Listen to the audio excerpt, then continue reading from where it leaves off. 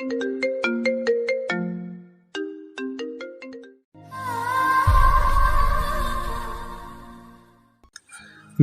বন্ধুদের সাথে কথা বলতে বলতে রাস্তা দিয়ে হেঁটে যাচ্ছি। হাসি মজা করতে করতে যাচ্ছি, হঠাৎ কোথা থেকে একটা মেয়ে আসলো। মেয়েটা পিচ্চি, হয়তো ক্লাস 5 বা 6 পড়ে। আমাদের সামনে এসে আমাকে বলতে লাগলো, এই যে ভাইয়া, আমার একটা উপকার করবেন। বলো পিচ্চি আপি। আমি মোটেও পিচ্ছি না, আমি ক্লাস 6 পড়ি। ও সরি, পিচ্চি বলো। আমি আমার বিড়ালটা হারিয়ে ফেলেছি, একটু খুঁজে দেবেন? কি? ভাইয়া প্লিজ, আমি আমার টমকে খুব ভালোবাসি। টমকে? টম হলো আমার বিড়ালের নাম, গাধা একটা। লে হালুয়া, আমি কেমনে জানবো তোমার টমটমের কথা? দেখুন ভাইয়া, আমার টমকে টম টম বলবেন না। আচ্ছা তুমি কি পাগল? আপনাকে আমি। এই বলে আমার হাতে কামড় দিয়ে দৌড়ে চলে গেল। এসব আমার বন্ধুরা দেখে হাসতে লাগলো।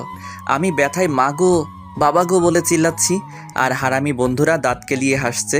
তখন জিহাদ বলল, দোষ, কামড়টা কেমন লাগলো? আরে শালা মজা নিস, এদিকে আমি ব্যথায় মরছি। তোর কপালে এটাই ছিল। কি সুন্দর করে কামড় দিল। মেয়েটা এমন কেন করলো রে? তুমি চান্দু মেয়েটাকে পাগল বলবা, আর মেয়েটা তোমায় চুমু দিবে? চুমু দিলে না করি না, আমার মন অনেক বড়, সেখানে সবার জায়গা হবে। সবাইকে বোনের নজরে দেখবি। দেখলি না মেয়েটা তোকে কি সুন্দর করে ভাইয়া ডাকলো। ভাইয়া থেকে জামাই হব, তোদের কথা দিলাম। তার মানে আমাদের লেখক প্রেমে পড়েছে, এটাও সম্ভব? ইয়ে না মানে হাত ব্যথা করছে, চল। কথা এড়িয়ে যাচ্ছিস কেন? তুই ব্যথায় মরে যাওয়ার আগে স্বীকার কর। ঠিক, স্বীকার কর, না হলে ছাড়ছি না। আরে ধুর, রাগ দেখিয়ে লাভ নাই চান্দু। প্রেমে পড়ছি, এবার ছেড়ে দে। এরপর হাত ধরে বাসায় চলে যেতে লাগলাম। এবার আমার পরিচয়টা দেই, আমি শাহরিয়ার রহমান, এবার এসএসসি দিব। বাবা মার তৃতীয় সন্তান, আমি ছোট, আমার বড় ভাই আর আপু আছে, বাবা আইনজীবী, মা গৃহিণী। আমি বাসায় গিয়ে কলিং বেল দিলাম, একটু পর ভাবি এসে দরজা খুলে দিল। ভাবি, খুব খিদে পেয়েছে।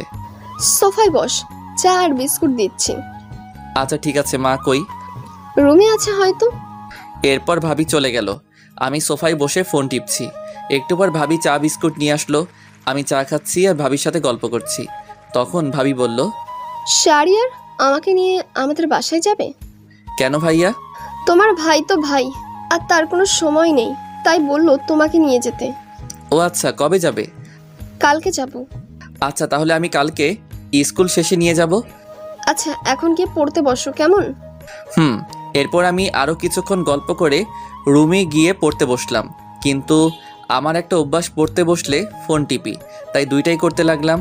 একটু পর আপু আসলো, আপু এসে ঝাড়ি দিয়ে বলল, কিরে, পড়তে বসে ফোন টিপিস কেন? আমার মনে রং লাগছে এই জন্য। চুপচাপ পড়তে বস। তুই প্রেম কর যা। থাপ্পড় দিব একটা, সে তোর দুলাভাই হয়। হইছে, যা তো, বিরক্ত করিস না। এরপর চলে গেল। আমিও মোটামুটি কালকের পড়া শেষ করে রাতের খাবার খেতে গেলাম। খাবার খেয়ে রুমে এসে ফোনটা চার্জে দিয়ে শুয়ে পড়লাম। আর তখনই মনে হলো রাস্তায় দেখা সেই পিচ্চি মেয়েটার কথা। আমি মেয়েটার কথা ভাবছি আর একা একা হাসছি। সত্যি মেয়েটা অনেক সুন্দর। এই পিচ্চি মেয়েটা যদি আমার বউ হতো কত ভালো হতো। আচ্ছা, তার নামটা জানা হলো না, কি করা যায়? কালকে কি মেয়েটা সেখানে আসবে? আর আসবে কেন? মেয়েটা তো পিচ্চি। উফ, যদি দেখা হতো মন ভরে দেখতাম। এসব ভাবতে ভাবতে কখন যে ঘুমিয়ে পড়লাম মনে নেই। সকালবেলা ঘুম ভাঙলো বাবার নীতি কথা শুনে। প্রতিদিন আমার ঘুম ভাঙে নীতি কথা শুনে। শালা এমন বাবা থাকলে জীবনটা শেষ। সকাল সকাল কি সুন্দর একটা স্বপ্ন দেখছিলাম, সব শেষ করে বাবা আবার বলতে লাগলো, ভালো ছাত্র কখনো 9টায় ঘুম থেকে উঠে? আব্বা চুপ করো তো। তোর ক্লাসমেটটা সারাদিন পড়াশোনা করে আর তুই বনজামি করিস। উফ কি জ্বালা, চুপ করো তো। স্কুলে কি আমি যাব? হ্যাঁ তুমি যাও, ভালো হবে। চুপ, ওঠ। বাবার ঝাড়ি খেয়ে ফ্রেশ হতে চলে গেলাম। ফ্রেশ হয়ে স্কুলের জন্য রেডি হয়ে নিলাম। তারপর গেলাম খাবার খাওয়ার জন্য। খাবার খেয়ে মার কাছ থেকে টাকা নিয়ে সাইকেল চালিয়ে স্কুলে চলে আসলাম। স্কুলে এসে সাইকেল রেখে ক্লাসে গেলাম। ক্লাসে গিয়ে দেখি জিহাদ মেয়েদের সাথে কথা বলছে। আমাকে দেখে আমার কাছে আসলো আর বলল, দোস্ত, আমাকে ওরা একা পেয়ে চড় দিছে। কি বলিস, তাই নাকি?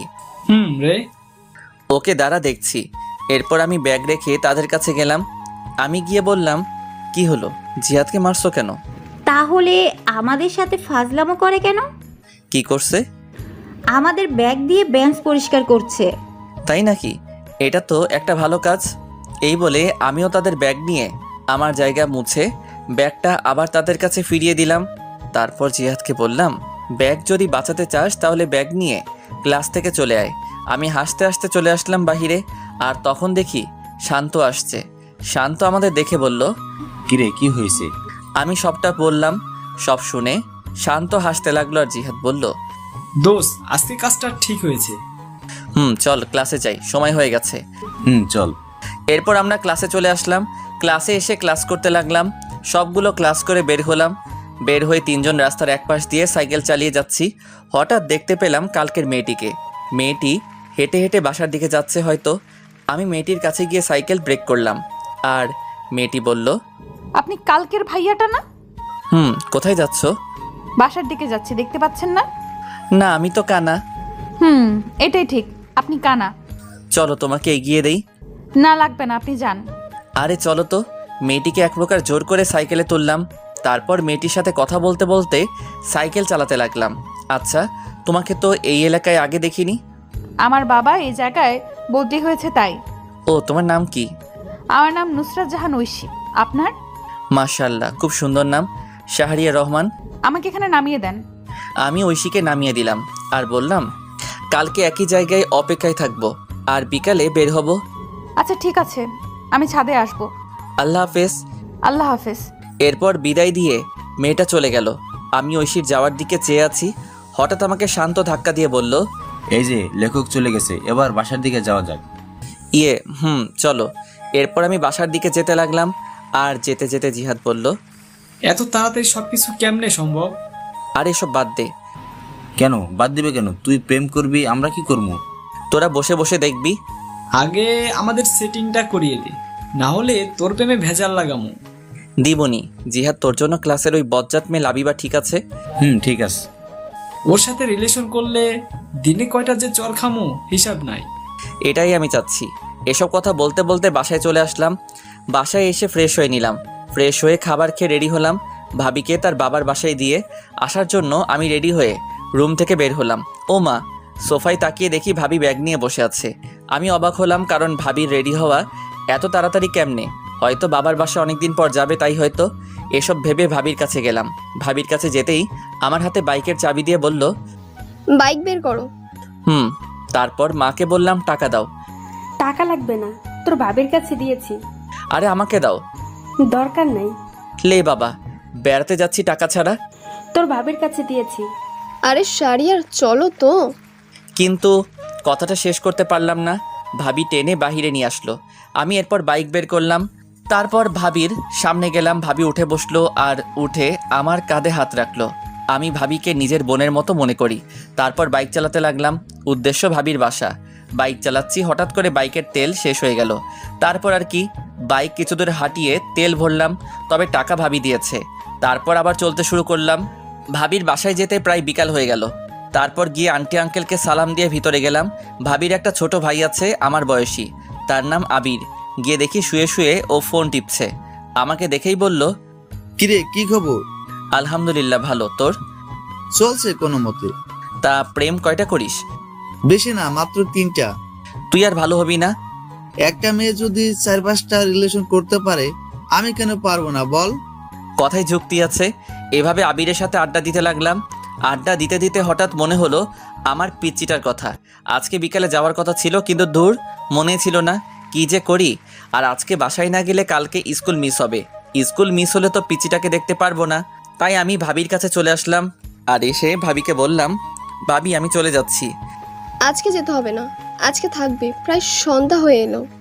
আরে কালকে স্কুল আছে, আর না গেলে স্যার বকা দিবে। যেদিন স্কুল পলাশ তখন? মানে তবুও যেতে হবে।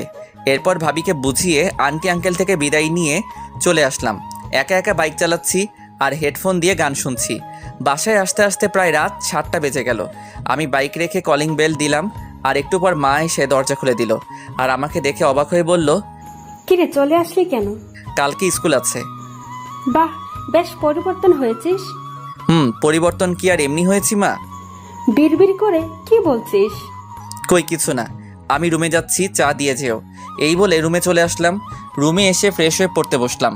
একটু পর মা চা নিয়ে আসলো, আর আমি বললাম, আচ্ছা মা, আপু কি সারাদিন কথা বলে দুলাভাইয়ের সাথে? কি করবে এছাড়া? ওর এই সময়ে জামাইটাও বিদেশে, তাই কথা বলে। জামাই বিদেশে বলে সারাদিন কথা বলতে হয়? ও তুই বুঝবি না, পড়তে বস। এই বলে মা চলে গেল। ও, আপনাদের বলা হয় নাই, আপুর বিয়ে হয়েছে 1 বছর, আর আপুর বিয়ের 6 মাস পর দুলাভাই বিদেশে চলে যায়, আর আপু এখন প্রেগনেন্ট, তাই এরকমটা বললাম। আমি চা খাচ্ছি আর ফোন টিপছি। পড়তে বসলে ফোন টিপতে ইচ্ছে করে, তবুও কিছুক্ষণ পরে রাতের খাবার খেয়ে শুয়ে পড়লাম। শুয়ে শুয়ে কিছুক্ষণ ফোন টিপে চার্জে দিয়ে ঘুমিয়ে পড়লাম। সকালে প্রতিদিনের মতো বাবার নীতিকথা শুনে ঘুম ভাঙলো। তারপর উঠে ফ্রেশ হয়ে নিলাম। ফ্রেশ হয়ে রেডি হয়ে খাবার খেতে গেলাম। খাবার খেয়ে বাইকটা বের করলাম, কারণ আজকে বাইক দিয়ে যাব, যেহেতু বাইকের চাবি আমার কাছে। আমি জিহাদকে কল দিয়ে বললাম মোড়ে দাঁড়াতে, শান্তকে নিয়ে। এরপর আমি মোড়ে আসলাম। মোড়ে এসে তাদের সাথে নিয়ে স্কুলে চলে আসলাম। স্কুলে এসে যথাক্রমে ক্লাস করতে লাগলাম। ক্লাস শেষ করে বের হলাম, আর আমি বললাম দোস্ত তোরা হেঁটে আয়, আমি তোর ভাবিকে বাসায় দিয়ে আসি।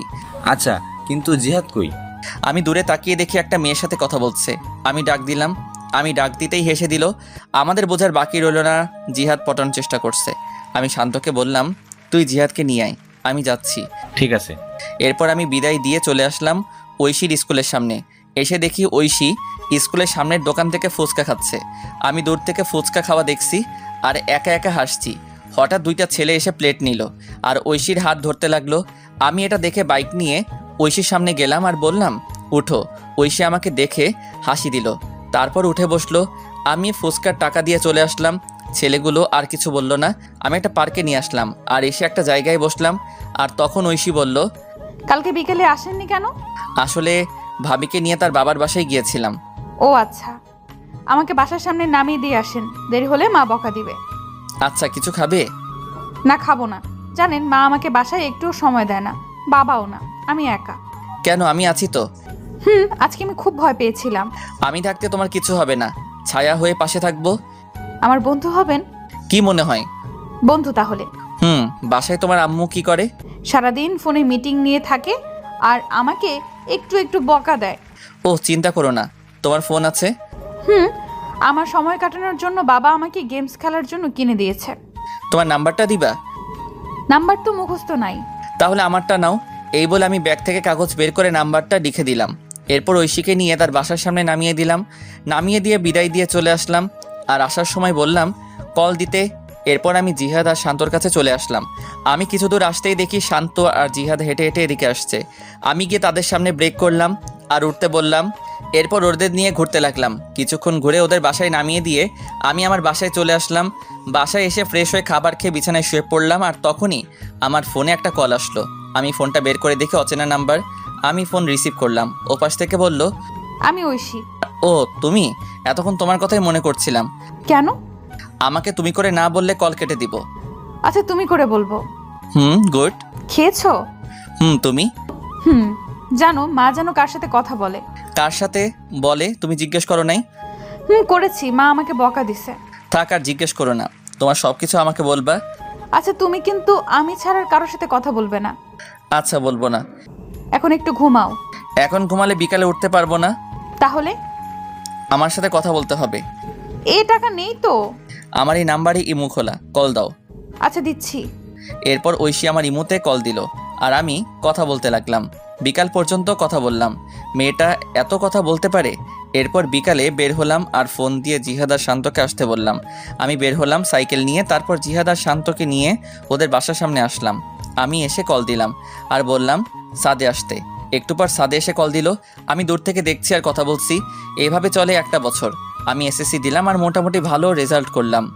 আর এখন ঐশী এখন আমাকে ছাড়া কিছু বোঝে না, কিন্তু এখনও পর্যন্ত ভালোবাসি কথা বললো না। আমি নতুন কলেজে ভর্তি হলাম, 3জন একই কলেজে ভর্তি হলাম। আর আপুর একটা ছেলে হয়েছে আর ভাবিও প্রেগনেন্ট। এইভাবে চলছিল দিনকাল। একদিন আমি ফোন রেখে কলেজে চলে গিয়েছিলাম আর সবার সাথে আড্ডা দিয়ে বিকালবেলা বাসায় ফিরলাম। বাসায় ফিরে ফোন হাতে নিয়ে দেখি 78টা মিস কল। আমি সাথে সাথে কল দিলাম আর কল দিতেই কল ধরলো। ওপাশ থেকে কান্নার আওয়াজ আসছে। আমি বুঝতে পারলাম আমার পিচিটা কান্না করছে। এই তুমি আজকে স্কুলে আসলে না কেন? তোকে আমি সকালে কল দিয়েছি, ধরিস নাই কেন? আসলে ফোন রেখে কলেজে গিয়েছিলাম তাই। তোর উপর রাগ করে স্কুলে যাইনি। সরি, এই কানে ধরছি, আর হবে না। কিন্তু ঐশী কান্না করছেই, এবারের মতো ক্ষমা করো। আজকে আমার জন্মদিন, তাই আজকে আসবা তুমি। আচ্ছা ঠিক আছে। তোমার বন্ধুদের নিয়ে আসবে? এবার হাসো। হয়েছে, পাম দিতে হবে না। পাগলি একটা। এরপর তার সাথে কথা বলা শেষ করে বিকেলবেলা বের হলাম। তারপর জিহাদ আর শান্তকে আসতে বললাম আর ওদের নিয়ে মার্কেটে আসলাম। মার্কেটে এসে একটা উপহার কিনলাম, কিনে বের হলাম। তারপর বাইক নিয়ে চলে আসলাম। আমরা বাইক পার্ক করে ভিতরে গেলাম। গিয়ে দেখি ঐশী তার বান্ধবীদের সাথে কথা বলছে। আমাদের আসতে দেখে আমাদের কাছে আসলো আর এসে বলতে লাগলো, এত দেরি হলো কেন? আসলে রাস্তায় অনেক জ্যাম। হয়েছে, আর বলতে হবে না, চলো ভেতরে যাই। চলো। এরপর আমরা ভিতরে গেলাম। ঐশী তার মা বাবার সাথে পরিচয় করিয়ে দিল, কিন্তু আমি ওর মায়ের সাথে কথা বলে তেমন ভালো মানুষ মনে হলো না, একটু অহংকারী। ওর বাবা অনেক ভালো মানুষ, আমাদের সাথে বেশ আড্ডা দিতে লাগলো। এইভাবে চলে গেল বেশ কিছুক্ষণ। তারপর কেক কাটা হলো। কেক কাটার পর ঐশী সবাইকে কেক খাইয়ে দিল। যখন আমার কাছে আসলো তখন কানের কাছে এসে বলল, এখন কেক খান, পরে আপনার কপালে মায়ের আছে, সকালেরটা ভুলিনি। না মানে। এরপর ঐশী আমাকে কেক খাইয়ে দিল, তারপর চলে গেল। তারপর আমরা খাওয়া দাওয়া করলাম, সবাই চলে যেতে লাগলো বিদায় দিয়ে। তাই আমরাও চলে যাওয়ার জন্য আঙ্কেলের কাছ থেকে বিদায় দিলাম। বিদায় দিয়ে ঐশীর কাছে আসলাম। ঐশীর কাছে এসে বললাম, যাচ্ছি তাহলে। তখন আমাকে একটা নীরব জায়গায় টেনে নিয়ে আসলো আর এসে আমাকে কিল ঘুষি মারতে লাগলো। আমি এসব কাণ্ড দেখে একা একা হাসছি। আর কোনো দিন যদি দেখি আমার সাথে এমন করতে। আর করব না, এবার খুশি? খুশি, সাবধানে যেও।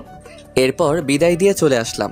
আমি জিহাদ আর শান্তকে তাদের বাসায় নামিয়ে দিয়ে আমি আমার বাসায় চলে আসলাম।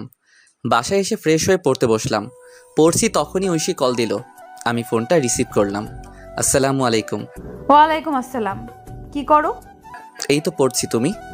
আমিও পড়তে বসলাম। শোনো না, বলো। আমি না একজনকে ভালোবাসি। সাথে সাথে মনটা খারাপ হয়ে গেল, হাসি মুখটা মলিন হয়ে গেল। তখন আমি বললাম, ও ভালো তো। তুমি কালকে ওই জায়গায় আসবে। কলেজ শেষ করে সময় পেলে আসবো। আসতে হবে। আর শাড়িটা কিন্তু খুব সুন্দর হয়েছে। ধন্যবাদ। কালকে স্কুলে যাব না, বুঝলে? আচ্ছা ঠিক আছে। এরপর আরও কিছু কথা বলে ফোনটা রেখে দিলাম আর বলতে লাগলাম, আমি যে তোমায় বড্ড বেশি ভালোবাসি, কেন বুঝতে পারো না? আমার চোখের সামনে অন্য কারো হাত ধরে বলবে এটা আমার ভালোবাসার মানুষ। কালকে এই দৃশ্য আমার জন্য অপেক্ষা করছে না, আমি পারবো না তোমায় ছাড়া থাকতে। এই বলে নিজের হাত কেটে ফেললাম। নিজের হাত থেকে যতটা না ব্যথা অনুভব হচ্ছে তার চেয়ে বেশি কষ্ট হয়েছিল।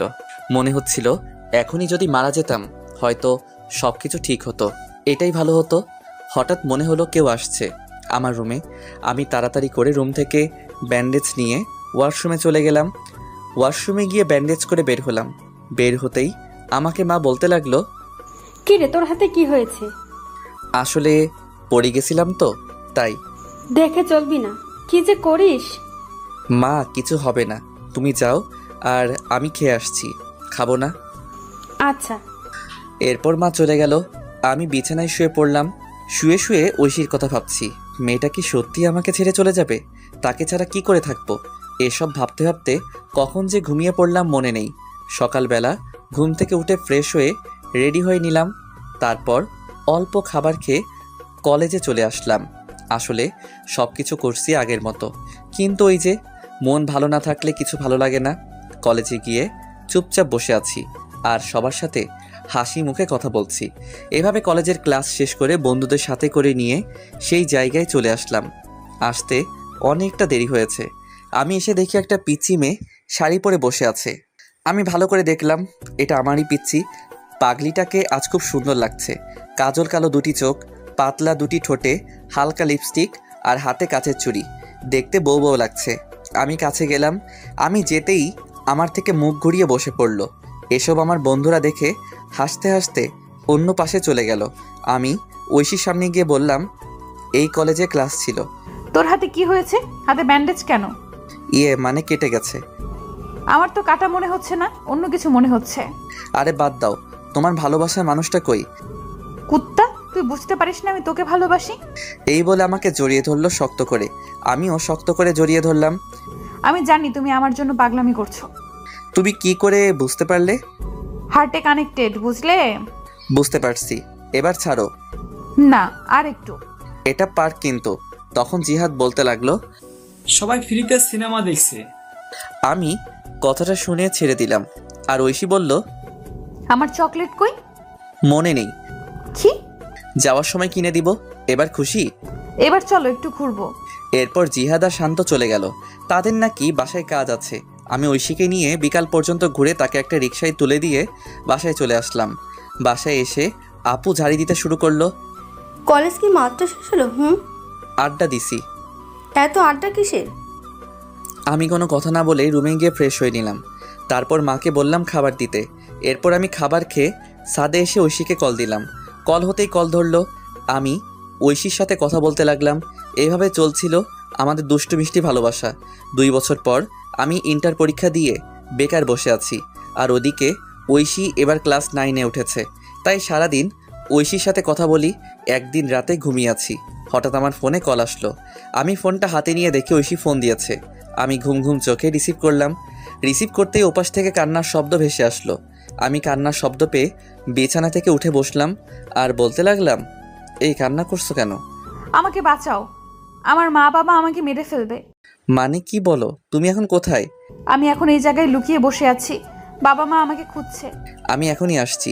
এই বলে আমি ফোন কেটে দিয়ে রেডি হয়ে সাইকেল নিয়ে চলে আসলাম। এসে সেই জায়গায় আসলাম, আর আমাকে দেখে ঐশী আমার সাইকেলে উঠে বসলো আর বলতে লাগলো, তাড়াতাড়ি চলো। আমি তাড়াতাড়ি সাইকেল চালাতে লাগলাম। তখন একবার পিছনে তাকিয়ে দেখি একটা গাড়ি জোরে আমাদের দিকে আসতে লাগলো। আর তখন ঐশী বলতে লাগলো, এই তারা এসে পড়লো, তাড়াতাড়ি যাও।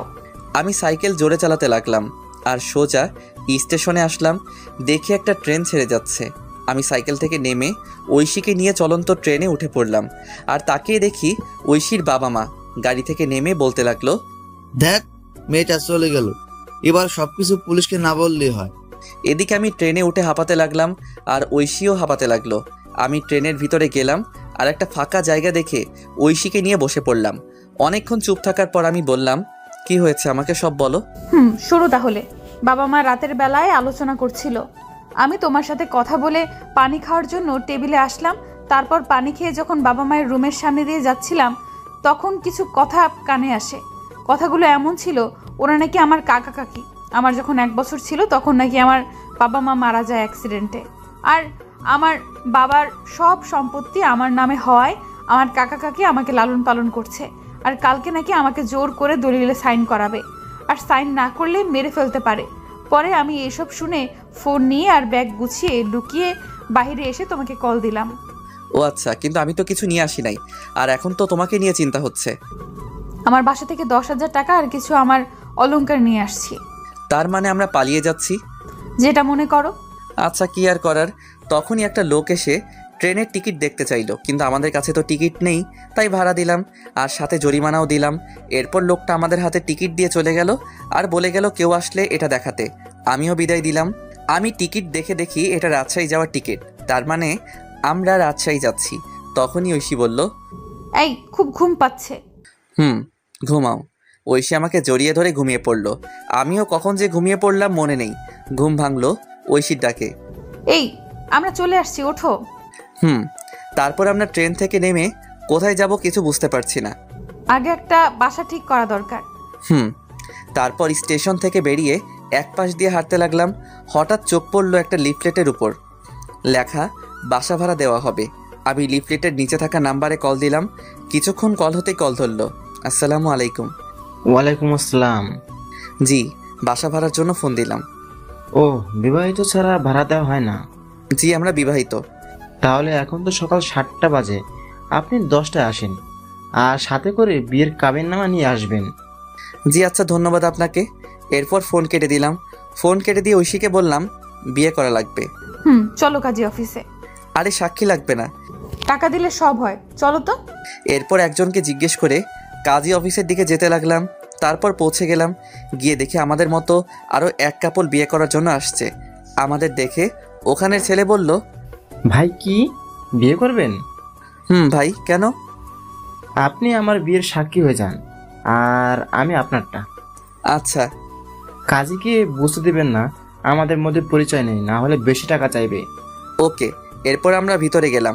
ভিতরে গিয়ে একে একে বিয়েটা সেরে ফেললাম। বিয়ে শেষ করে প্রমাণস্বরূপ ফোনে পিক তুলে নিলাম। তারপর বিদায় দিয়ে আমরা আমাদের মতো চলে আসলাম। আর তখন ঐশী বলল, এই খুব খিদে পেয়েছে।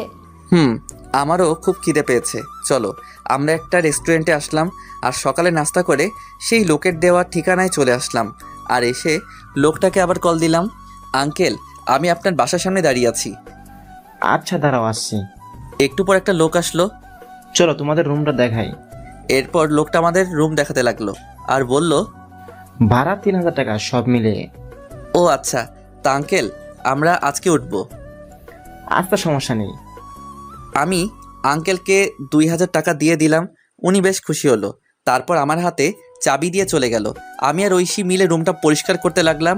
আর ঐশী বলল, এই তুমি বাজারে যাও আর এই জিনিসগুলো নিয়ে আসো। টাকা কত আছে? আছে 5,000 টাকা। এগুলোতে হবে? শোনো, বাজার করবা আর রান্না করার জন্য হাঁড়ি পাতিল আর 2টা প্লেট আর বিছানার জিনিসপত্র যা যা লাগে নিয়ে আসবে। ফ্লোরে বিছানা করবা, তাহলে চৌকির টাকাটা সেভ হবে। যাও তুমি।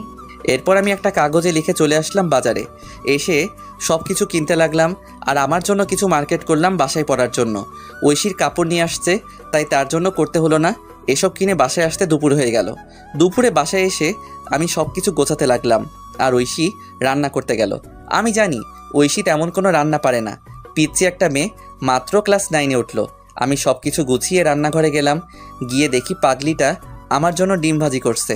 আমি গিয়ে পিছন থেকে জড়িয়ে ধরলাম আর ঐশী বলল, এই যে এখন গোসল করে আসো, তারপর খাবার খাবে। কি ডিম ভাজি করেছো? আসলে আমি ডিম ভাজি ছাড়া আর কিছুই পারি না। দূর পাগলি, আমার সমস্যা হবে না। তারপর গোসল করতে গেলাম।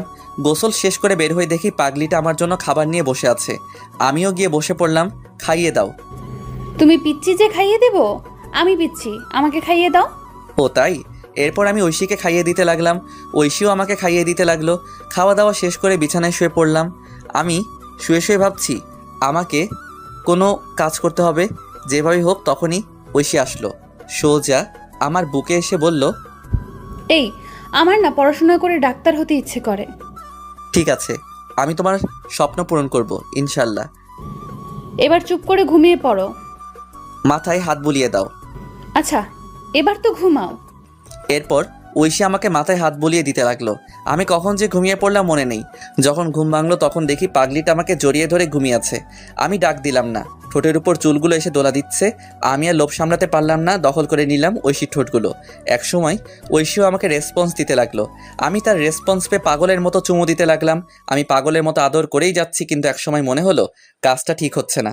ঐশী এখনও ছোট, তাকে এই সময় এটা করা ভালো হচ্ছে না। আমি আদর করা বাদ দিয়ে শক্ত করে জড়িয়ে ধরলাম। আর আমার এসব অবস্থা দেখে ঐশী বলল, এই কি হলো? এটা ঠিক হচ্ছে না। কেন? আমি তোমার বিয়ে করা বউ। যদি বাচ্চা পেটে আসে তাহলে তুমি নিজেকে সামলাবে নাকি পেটের বাচ্চাকে সামলাবে? কিন্তু আমি যে চাই। আগে তুমি বড় হও সেদিন। আমি এখন যথেষ্ট বড় হয়েছি। আরও বড় হতে হবে। কলেজে উঠো তারপর। এতদিন পারবা না থাকতে? চুপ, আর একটা ওর কথা না। আমি বাইরে যাব। কেন? কালকে তোমার স্কুলে ভর্তি করতে যাব আর কাজ খুঁজতে। আমার গলার হারটা নিয়ে যাও, না হলে ভর্তি হব কিভাবে? কিন্তু এটা কি ভালো হবে? শোনো, টাকা হলে সব কিনতে পারবো। এরপর আর কি, আমি উপর থেকে উঠে রেডি হয়ে নিলাম। রেডি হয়ে এটা নিয়ে বেরিয়ে পড়লাম আর একটা দোকানে এসে এটা বিক্রি করলাম। বিক্রি করে মোট 7,000 টাকা পেয়েছি। তারপর একটা স্কুলে গেলাম। স্কুল অনেক আগে ছুটি হয়েছে। দেখি অফিস রুম খোলা আছে। আমি অফিসের ভিতরে গিয়ে ভর্তির বিষয়ে কথা বললাম। তারপর হেড স্যার বললেন কালকে নিয়ে আসতে। তারপর আমি বেরিয়ে আসলাম। বেরিয়ে এসে একটা চায়ের দোকানে আসলাম। এসে চাচাকে চা দিতে বললাম। চাচা চা দিল আর তখনই একটা লোক এসে চাচাকে খারাপ ভাষায় গালি দিতে লাগলো আর চাঁদা দিতে বলল। চাচা প্রথমে না করলো, কিন্তু লোকটা শুনলো না আর লোকটা চাচাকে একটা থাপ্পড় দিল। আমি সাথে সাথে লোকটাকে মারতে লাগলাম। একসময় লোকটা দৌড়ে চলে গেল আর চাচা আমাকে বলল, বাবা তোমায় কি বলে ধন্যবাদ দিব? আরে চাচা কি বলেন, আপনি আমার বাবার মতো। বসো বাবা, তোমাকে তো এই এলাকায় আগে কখনো দেখিনি। জি, আমি এই এলাকায় নতুন। ও আচ্ছা, বসো চা খাও। আচ্ছা চাচা, কোনো কাজ আছে? বেকার বুঝি? জি চাচা, যে কোনো কাজ হলেই চলবে। তুমি তো ভালো ঘরে ছিলে, তোমাকে কি সিএনজি চালাতে বলা যায়? সমস্যা নেই চাচা, সিএনজি চালাতে পারবো। চলো তাহলে আমার সাথে। এরপর চাচা আমাকে নিয়ে একটা সিএনজি গ্যারেজে আসলো আর এসে কথা বলল। কথা বলে আমার হাতে সিএনজি এর চাবি দিল আর একটা লোক এসে আমাকে সিএনজি চালানো শিখিয়ে দিল। এসব করতে করতে সন্ধ্যা হয়ে গেল, তাই ভাবলাম প্রথমবার একটা ভাড়া মেরে আসি। যেই ভাবা সেই কাজ। আমি বেরিয়ে পড়লাম সিএনজি নিয়ে। একটা মোড়ে এসে বসে আছি। হঠাৎ একটা মহিলা আসলো আর বলল, এই জায়গায় যাবে? আমি বললাম জি ওঠেন। মহিলাটি উঠল আমি বললাম, আমি তো তেমন চিনি না, আপনি একটু দেখিয়ে দিলে ভালো হতো। ওকে, সমস্যা নেই। এরপর মহিলাটা আমাকে রাস্তা দেখিয়ে দিল। আমি মহিলাটির জায়গায় নামিয়ে দিলাম। তারপর মহিলাটি আমাকে 100 টাকা দিল। আন্টি, আমি তো ভাড়া জানি না। আরে ভাড়া 80 টাকা, আর তুমি 100 টাকা রেখে দাও। না আন্টি, আমার কাছে 20 টাকা আছে, নিন। এই বলে আমি 20 টাকা দিয়ে চলে আসলাম। এভাবে রাত 10টা পর্যন্ত ভাড়া মারলাম। মোট 400 টাকা ভাড়া মারলাম। তারপর সিএনজি জমা দিলাম, আর 150 টাকা সিএনজির মালিককে দিয়ে আমি বাসায় চলে আসলাম। বাসায় আসার আগে কিছু চকলেট নিলাম। বাসায় এসে দেখি পাগলিটা খাবার নিয়ে বসে আছে। আমাকে দেখে বলল, এতক্ষণ কই ছিলা? কাজে। যাও ফ্রেশ হয়ে আসো। আর তোমার শরীরের এই অবস্থা কেন? আরে কিছু না, বলো বলছি। আমি সিএনজি চালাই। এই কথা শুনে ঐশী কান্না করতে লাগলো। আমি বললাম, এই পাগলি কান্না করো কেন? তুমি আমার জন্য এত কষ্ট করছো? খুব ভালোবাসি যে। আমিও খুব ভালোবাসি পাগল। আমি ফ্রেশ হয়ে আসি পাগলি, এত কান্না করে না। যাও। এরপর আমি ফ্রেশ হতে গেলাম। তারপর ফ্রেশ হয়ে এসে বসলাম খাবার খাওয়ার জন্য। বাহ, আজ দেখি ডাল রান্না করলা। ইউটিউব দেখে সব শিখবো আর রান্না করব। তাই নাকি? হা করো। এরপর ঐশী আমাকে খাইয়ে দিতে লাগলো, আমিও খাইয়ে দিলাম। তারপর খাবার খেয়ে শুয়ে শুয়ে ফোন টিপছে, আর একটু পর ঐশী আমার বুকে আসলো আর বলল, এই যে আজকে কিন্তু বাসর রাত। জি ম্যাডাম। আদর দাও। না, আগে তোমার বয়স 18 হোক। উফ, যাও, লাগবে না। এই বলে বুক থেকে নেমে ওদিকে ফিরে শুয়ে পড়লো। আমি ফোনটা রেখে পিছন থেকে জড়িয়ে ধরলাম, আর জড়িয়ে ধরতেই কেঁপে উঠলো। আমি তাকে আমার দিকে ফিরিয়ে ঠোঁটে আলতো করে চুমু দিলাম।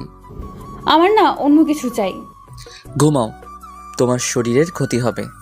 ও মা, তাই? এই বলে আমার কপালে চুমু দিয়ে আমাকে জড়িয়ে ধরে ঘুমিয়ে পড়ল। আমিও পাগলিটাকে জড়িয়ে ধরে ঘুমিয়ে পড়লাম। সকালবেলা ঘুম ভাঙলো। পাগলিটা ডাক শুনে আমি উঠে ফ্রেশ হয়ে রেডি হয়ে নিলাম। তারপর রেডি হয়ে নিলাম, ঐশীও রেডি হয়ে নিল। তারপর দুজনে খাবার খেয়ে বের হলাম। বের হয়ে একটা রিক্সা নিয়ে স্কুলের উদ্দেশ্যে রওনা দিলাম। কিছুক্ষণ পর স্কুলে পৌঁছে গেলাম। তারপর স্কুলে ঐশীকে ভর্তি করে দিলাম। ঐশীকে স্কুলে ভর্তি করে বিদায় দিয়ে চলে আসলাম। আর আসার সময় বলে আসলাম আমি নিতে আসবো। তারপর আমি এসে সিএনজি নিয়ে বের হলাম। একটা কলেজের সামনে আসলাম। আমি সিএনজি রেখে ভিতরে গেলাম। ভিতরে গিয়ে সোজা অফিসে চলে আসলাম।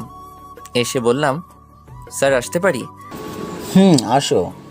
আমি ভিতরে গেলাম আর বললাম, স্যার কলেজে ভর্তি হতে আসছি। কাগজপত্র নিয়ে আসতো? জি স্যার, এই নিন।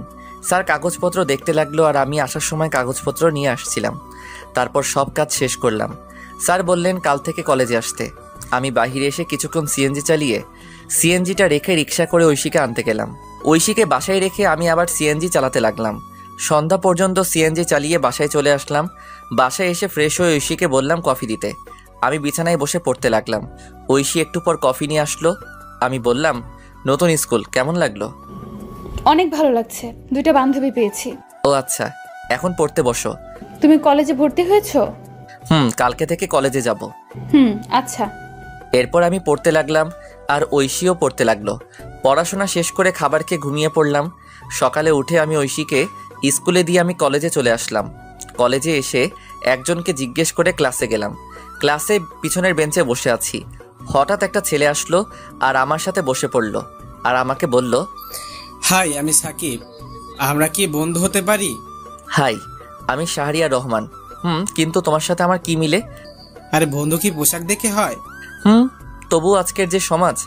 আরে বাদ দাও, আজ থেকে আমরা তুমি করে বলবো। আচ্ছা। এরপর সাকিবের সাথে আড্ডা দিতে লাগলাম। একটু পর স্যার আসলেন।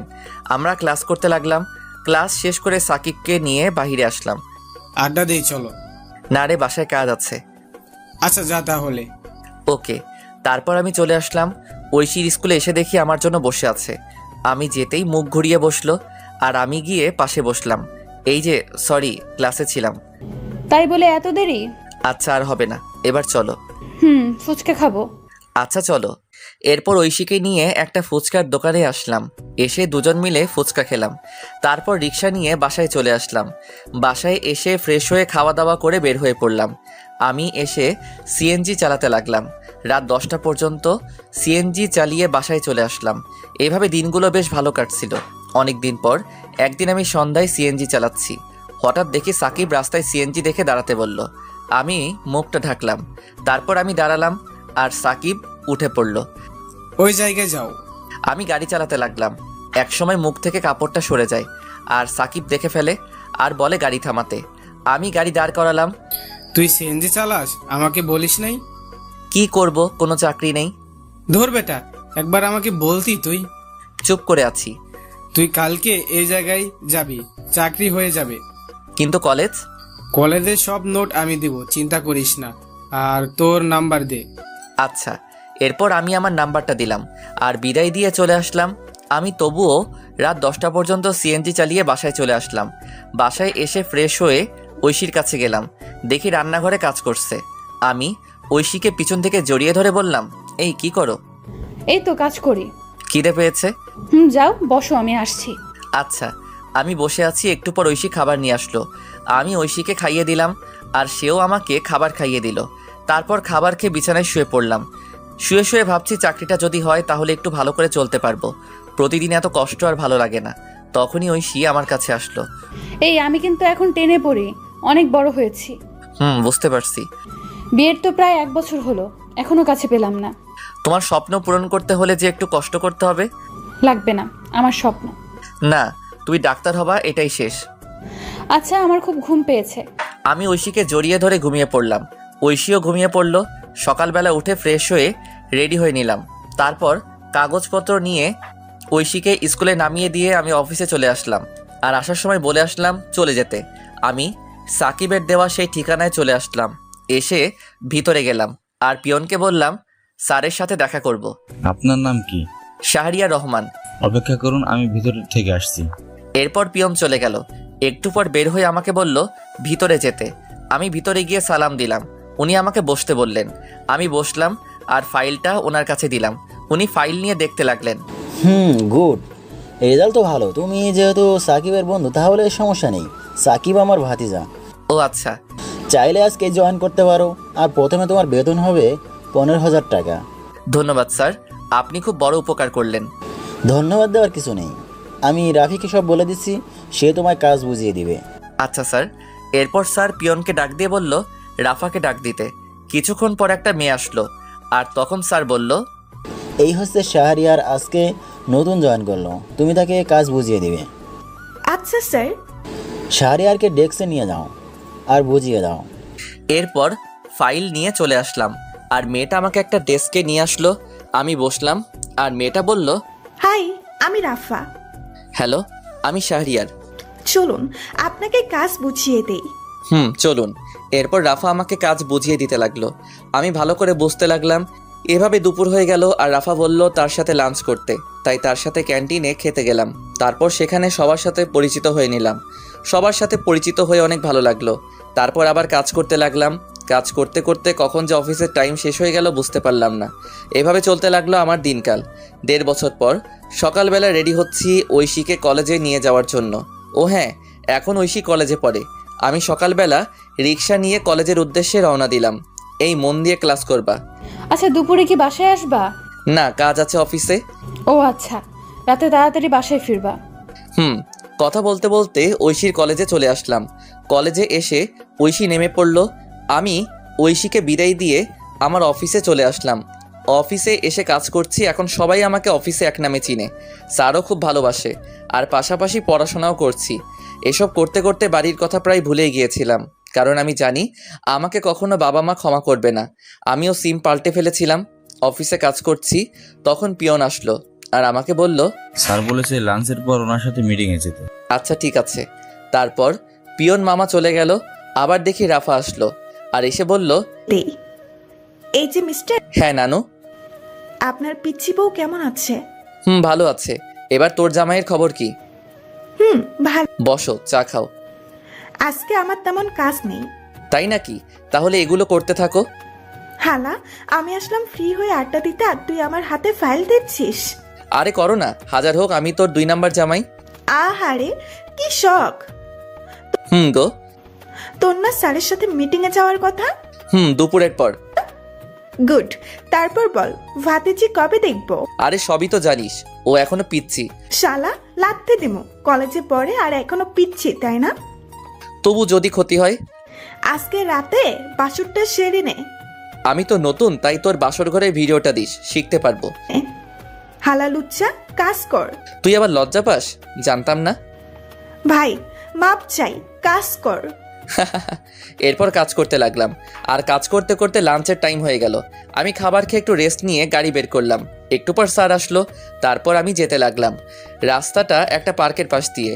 আমি নিজের মতো করে ড্রাইভ করছি। হঠাৎ একপাশে চোখ পড়লো, দেখি ঐশী একটা ছেলের সাথে পার্কের বেঞ্চে বসে আছে। আমি এটা দেখে গাড়ি ব্রেক করলাম, আর গাড়ি ব্রেক করতেই স্যার বলে উঠলো, শাহরিয়ার কোনো সমস্যা? না স্যার। যাও তাহলে, দেরি হয়ে যাচ্ছে। আমি এটা দেখে নিশ্চুপ হয়ে গেলাম। এতক্ষণ হাসি খুশি ছেলেটা এখন চুপচাপ হয়ে গেল। নিজের প্রিয় মানুষকে অন্যের পাশে দেখবো সেটা কখনোই ভাবতে পারিনি। ওইদিকে ঐশী, আচ্ছা সানি, আমরা তো বন্ধু তাই না? আর শোনো, তোমায় কিছু কথা বলবো। বলো। তোমার সাথে কি শাহরিয়ার ভাইকে মিলে তোমার চেয়ে কত বছর বড়, আর তুমি যদি ডাক্তার হও তাহলে কি তোমার সাথে যায়? কথাটা শুনে ঐশী চুপ করে রইল, আর ঐশীকে চুপ থাকতে দেখে সানি আবার বলল, আরে তুমি এত সুন্দর একটা মেয়ে, আর তোমার সাথে কি ওই কালো ছেলে মানায় না? কিন্তু সে খুব ভালো। আজকাল ভালো বলে কোনো কথা নেই, আর সমাজে চলতে গেলে আমার মতো স্টাইল ছেলে দরকার। আজকে যেতে হবে, আল্লাহ হাফেজ। আর শোনো, এদিকে আমি ঐশীকে এই অবস্থায় দেখে খুব কান্না পাচ্ছে। কিন্তু ওই যে একটা কথা, ছেলেদের কখনো কান্না করতে নেই। ছেলেদের চোখে কান্না মানায় না, কারণ তারা পুরুষ। যে ছেলেটা বাসায় কোনো কাজ করে না কিন্তু পরিস্থিতির শিকার হলে সব কিছু করতে পারে, হ্যাঁ এটাই ছেলে। একটা ছেলে কখনো তার ভালোবাসাকে পরিবারের জন্য ছেড়ে যায় না, কিন্তু একটা মেয়ে পরিবারের জন্য ঠিকই চলে যায়। হয়তো আপনারা বলতে পারেন ছেলেরা কি তার পরিবারকে ভালোবাসে না, কিন্তু দিন শেষে দেখবেন একটা ছেলে পরিবারকে যেমন ভালোবাসে ঠিক তেমনি প্রিয় মানুষটিকেও ভালোবাসে। যার জন্য নিজের পরিবার ছাড়লাম, সব কিছু ছেড়ে তাকে নিয়ে চলে আসলাম। আর সেই ঐশী একটা ছেলের সাথে পার্কে, না এটা কি করে মেনে নেওয়া যায়। আমি কোনো মতে মিটিং শেষ করে সন্ধ্যায় নদীর পাড়ে চলে আসলাম। নদীর পাড়ে এসে বসে বসে কান্না করতে লাগলাম, যার জন্য নিজের লাইফ পরিবর্তন করলাম। আর সে অন্য একটা ছেলের সাথে। আজ পর্যন্ত আমি তাকে বকা পর্যন্ত দেইনি, হ্যাঁ এখনও দিব না। তুমি যা চাও তাই হবে। আমি না হয় অজানা রাজ্যে হারিয়ে যাব। এসব ভাবতে ভাবতে কখন যে রাত 11টা হয়ে গেল বুঝতেই পারলাম না। আমি উঠে বাসার দিকে হাঁটা দিলাম। রাস্তার এক পাশে দিয়ে হেঁটে যাচ্ছি আনমনে, আর আজকের ঘটনা মনে করছি। আমি হেঁটে বাসায় আসলাম। বাসায় এসে কলিং বেল দিলাম। একটু পর ঐশী এসে দরজা খুলে দিল, আর আমাকে দেখে বলল, অফিস শেষ হয় বিকাল 5টায়, আর তুমি রাত 11টায় আসলে? আমি কোনো কথা না বলে ভিতরে চলে আসলাম। তারপর ফ্রেশ হয়ে নিলাম। ফ্রেশ হয়ে বিছানায় শুয়ে পড়লাম। আর তখন ঐশী আমার কাছে এসে বলল, আমি তোমাকে কিছু জিজ্ঞেস করছি, আর চলো খাবার খাবা। আমি বাইরে থেকে খেয়ে আসছি। কেন, তুমি জানো না আমি তোমায় ছাড়া খাই না? আমার শরীর খারাপ লাগছে, ঘুমাবো। আজকে তুমি এমন করছো কেন, কি হয়েছে? খুব ঘুম পাচ্ছে। আমি কম্বল জড়িয়ে ঘুমিয়ে পড়লাম। ঐশীও না খেয়ে শুয়ে পড়ল। সকালবেলা ঘুম ভাঙলো আজানের সময়। আমি উঠে পড়লাম, দেখি ঐশী এখনও ঘুমিয়ে আছে। আমি চুপচাপ ফ্রেশ হয়ে রেডি হয়ে বাইরে চলে আসলাম। বাহিরে এসে মসজিদে গিয়ে ফজরের নামাজ আদায় করে পার্কের রাস্তায় হাঁটতে লাগলাম। একা একা, এখন ভোর, তাই তেমন লোকজন নেই। আমি পার্কের রাস্তায় হেঁটে চলছি, ভালোই লাগছে পরিবেশটা, নিবিড় আর ঠান্ডা বাতাস বইছে। তখনই আমার ফোনে কল আসলো। আমি ফোনটা বের করে দেখি ঐশী কল দিয়েছে। আমি ফোনটা রিসিভ করলাম, আর তখনই ওপাশ থেকে বলতে লাগলো, আমাকে না বলে চলে গেলে কেন, আর খাবার খেয়ে গেলে না কেন? তুমি ঘুমিয়েছিলে তাই ডাকিনি, আর আমার অফিসে কাজ আছে। আমি কি করলাম বলবে একটু? আরে তুমি আবার কি করবা, আর খাবার খেয়ে কলেজে যাও। বাই, আমি বিজি আছি। আমি কল কেটে দিলাম। তারপর ফোনটা সাইলেন্ট করে পকেটে রাখলাম। খুব খিদে পেয়েছে, তাই পার্ক থেকে একটা রেস্তোরাঁয় আসলাম। এসে সকালে নাস্তা করে অফিসে চলে আসলাম। অফিসে এসে আমি ডেস্কে বসে কাজ করছি, কিন্তু কাজে মন বসছে না। কি করব, তখনই রাফা আসলো আর বলল, এই যে স্যার, মন খারাপ কেন? আরে না। স্যার বলছে আজকে তুমি আর আমি আরেকটা প্রজেক্ট নিয়ে কাজ। ও গুড। হাতের কাজগুলো শেষ কর, দুপুরের দিকে বের হব। আচ্ছা বন্ধু, তোমার যে মন খারাপ আমি বুঝতে পারছি। এখন বল কি ব্যাপার? আসলে তারপর আমি রাফাকে সব বললাম। সব শুনে রাফা ঐশীর উপর খেপে গেল। ঐশীকে মনে হচ্ছে ইচ্ছে মতো থাপ্পড় দেই। আচ্ছা যাও, আমি হাতের কাজগুলো শেষ করি। আর আমার একটা উপকার করবা? কি বল? ঐশীর সম্পত্তি ফিরিয়ে দিতে হবে। আচ্ছা, তোর দুলাভাইকে বলবো, তুই চিন্তা করিস না। ধন্যবাদ। আর এই নে সেই বাড়ির কাগজপত্র। আমি কিছু কাগজপত্র আগে তুলে রেখেছিলাম, এবার বাকিটা তোর জামাই করবে। ঠিক আছে। আর শোন, 2 দিনের মধ্যে কাজটা করতে বলবি প্লিজ, কারণ এই তারিখ ঐশীর জন্মদিন। আমি চাই এই দিনে উপহার দিতে। আচ্ছা ঠিক আছে, এবার কাজ কর। এরপর রাফা চলে গেল। ও আপনাদের বলা হয়নি, রাফার হাজবেন্ড পুলিশ, তাই কাজটা করতে বেশি সমস্যা হবে না। আমি কাজ করতে লাগলাম। কাজ করতে করতে দুপুর হয়ে গেল। তারপর ক্যান্টিন থেকে কিছু খেয়ে অফিসের গাড়ি নিয়ে বের হলাম আমি আর রাফা। আমি গাড়ি ড্রাইভ করছি আর তখন রাফা বলল, দোস্ত, ঐশীর কলেজের সামনে দিয়ে যা। কেন? অনেকদিন দেখি না, যা। কিন্তু ভাই প্লিজ। এরপর আমি গাড়িটা কলেজের সামনে দিয়ে নিয়ে যেতে লাগলাম। তারপর আমরা যেতেই দেখি কলেজ ছুটি হয়েছে। আমি গাড়িটা একটু দূরে দাঁড় করালাম। আমি আর রাফা গাড়িতে বসে আছি। হঠাৎ দেখি ঐশী কালকের সেই ছেলেটার সাথে হেসে হেসে কথা বলে যাচ্ছে। মনে হয় পার্কের দিকে যাচ্ছে। আমি রাফার দিকে তাকালাম, দেখি মাথা নিচু করে আছে আর আমাকে বলল, দোস্ত, আমি বুঝতে পারিনি রে। আরে ধুর, বাদ দে। চল, আমাদের দেরি হয়ে যাচ্ছে, এই বিষয় নিয়ে পরে কথা বলবো। এরপর আমি আমাদের কাজের উদ্দেশ্যে যেতে লাগলাম। ওদিকে ঐশী আর সানি হেঁটে হেঁটে পার্কে চলে গেল। পার্কে তারা একটা জায়গায় বসলো। আর তখন সানি বলল, একটা কথা বলবো। বলো। আমি তোমায় খুব ভালোবাসি। কিন্তু এটা হয় না। তুমি আমার কাছে চলে আসো। আর শাহরের মনে হয়তো বাবার সম্পত্তির জন্য এমন করেছে। না, কিন্তু চলো দুজন মিলে শুরু থেকে শুরু করি। আমাকে সময় দাও কয়েকদিন। আচ্ছা শোনো, আমি তোমাদের জন্য ডিভোর্স লেটার তৈরি করব। আমার কাকা উকিল। এত তাড়াতাড়ি না, আমি বললে তারপর। আচ্ছা চলো, তোমাকে এগিয়ে দিয়ে আসি। না, লাগবে না, আমি রিক্সা নিয়ে চলে যাব। ঠিক আছে। এদিকে আমি মিটিংয়ে বসলাম। মিটিং শেষ হলো বিকালে। তারপর আরও কিছু কাজ করে সন্ধ্যাবেলায় অফিসে আসলাম। তারপর কাগজগুলো রেখে স্যারের রুমে গেলাম। স্যার আসবো? আসো, তোমার জন্য অপেক্ষা করছি। আমি গিয়ে ফাইল জমা দিলাম আর স্যার দেখতে লাগলো। কিছুক্ষণ পর স্যার বলল, গুড, তোমার জন্য আমাদের কোম্পানি কাজটা পেয়েছে। স্যার, এই কোম্পানির আরেকটা শাখা আছে না? আছে, এটা তো রাঙামাটি। কেন?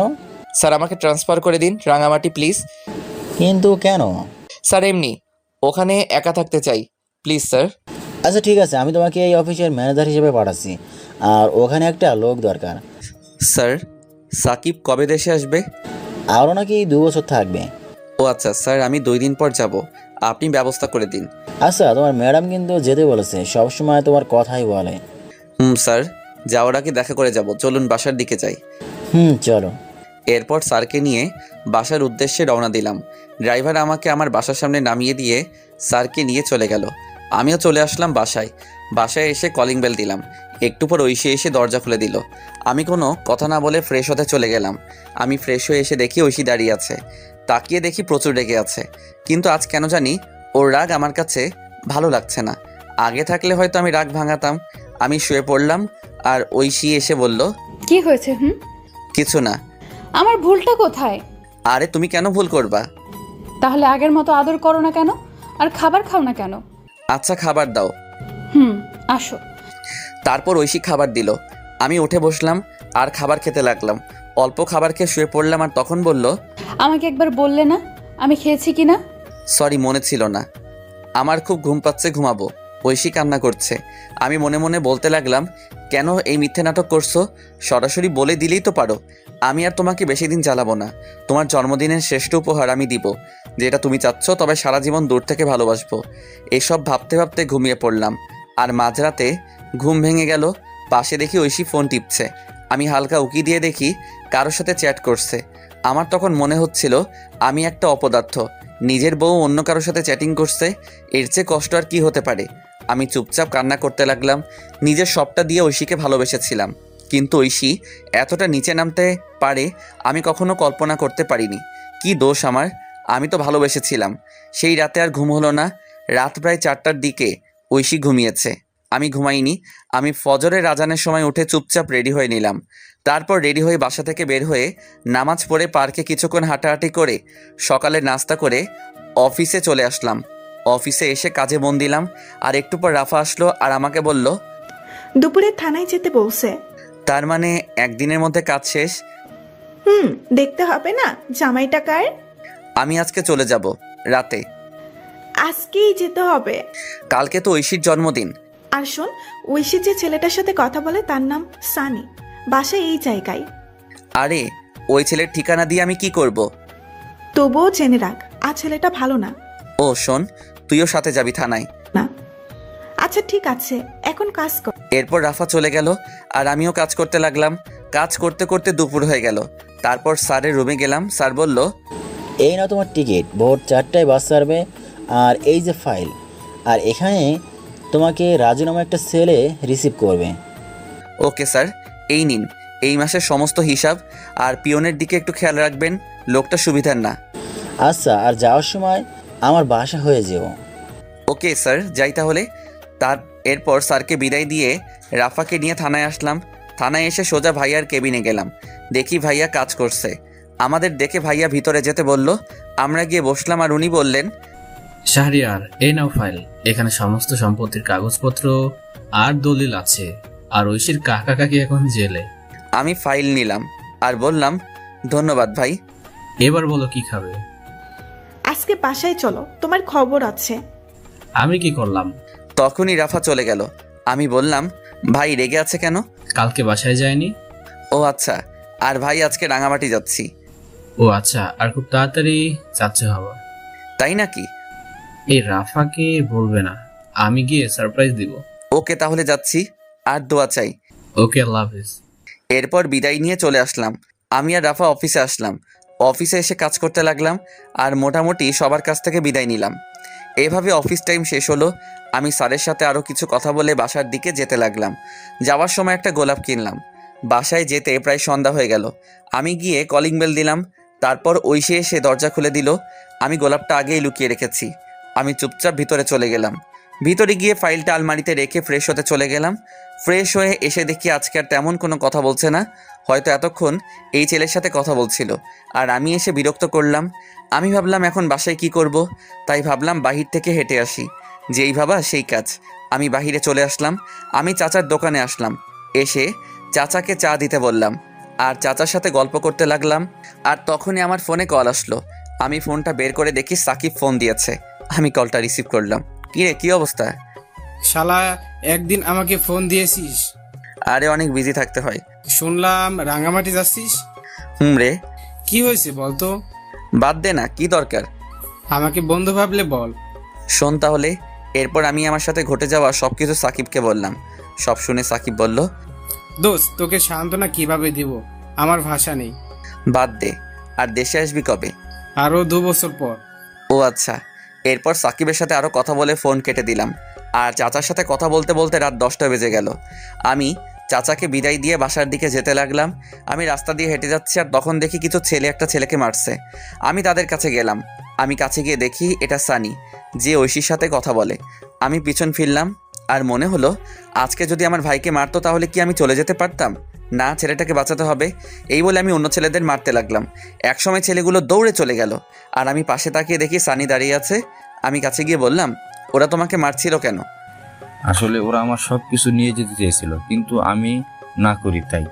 ও আচ্ছা, রাতে বাইরে থাকতে নেই, বাসায় চলে যাও। এই বলে আমি আবার হাঁটা দিলাম। এদিকে ছেলেটা মনে মনে ভাবছে, শাহরিয়ার ভাই সত্যিই খুব ভালো মানুষ, আজ ওনারা না থাকলে আমি হাসপাতালে থাকতাম। এসব ভেবে চলে গেল বাসায়। আমি বাসায় এসে কলিং বেল দিলাম, কিন্তু আজ ঐশী একটু দেরিতে দরজা খুললো আর হাতে দেখি ফোন স্ক্রিন অন করা। আমি আর না তাকিয়ে বিছানায় শুয়ে পড়লাম। আর তখন আমায় বলল, খাবার খাবে না? না।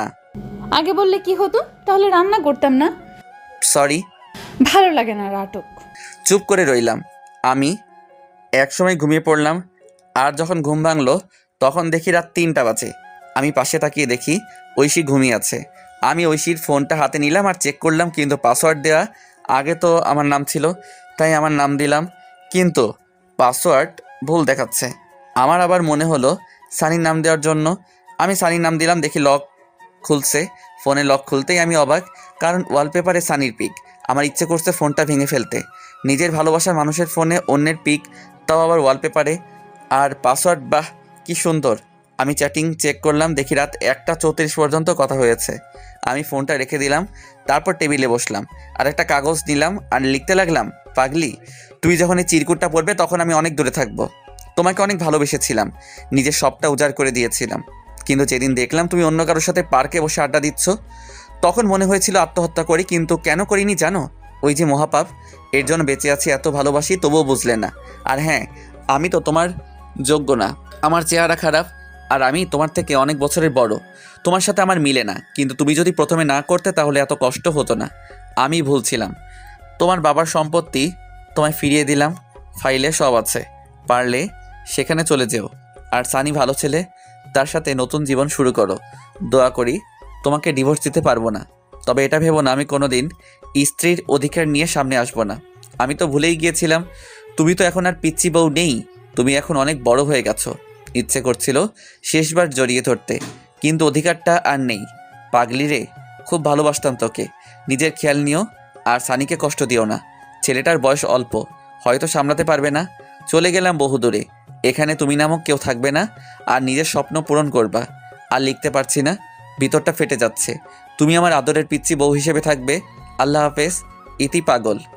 আমি চিরকুট লিখে চোখ মুছে ব্যাগ গুছিয়ে নিলাম, আর আমি রেডি হয়ে আলমারি থেকে ফাইলটা বের করে চিরকুটটা পাশে রাখলাম, আর গোলাপটা চিরকুটের উপর রেখে একবার ঐশীর দিকে তাকালাম।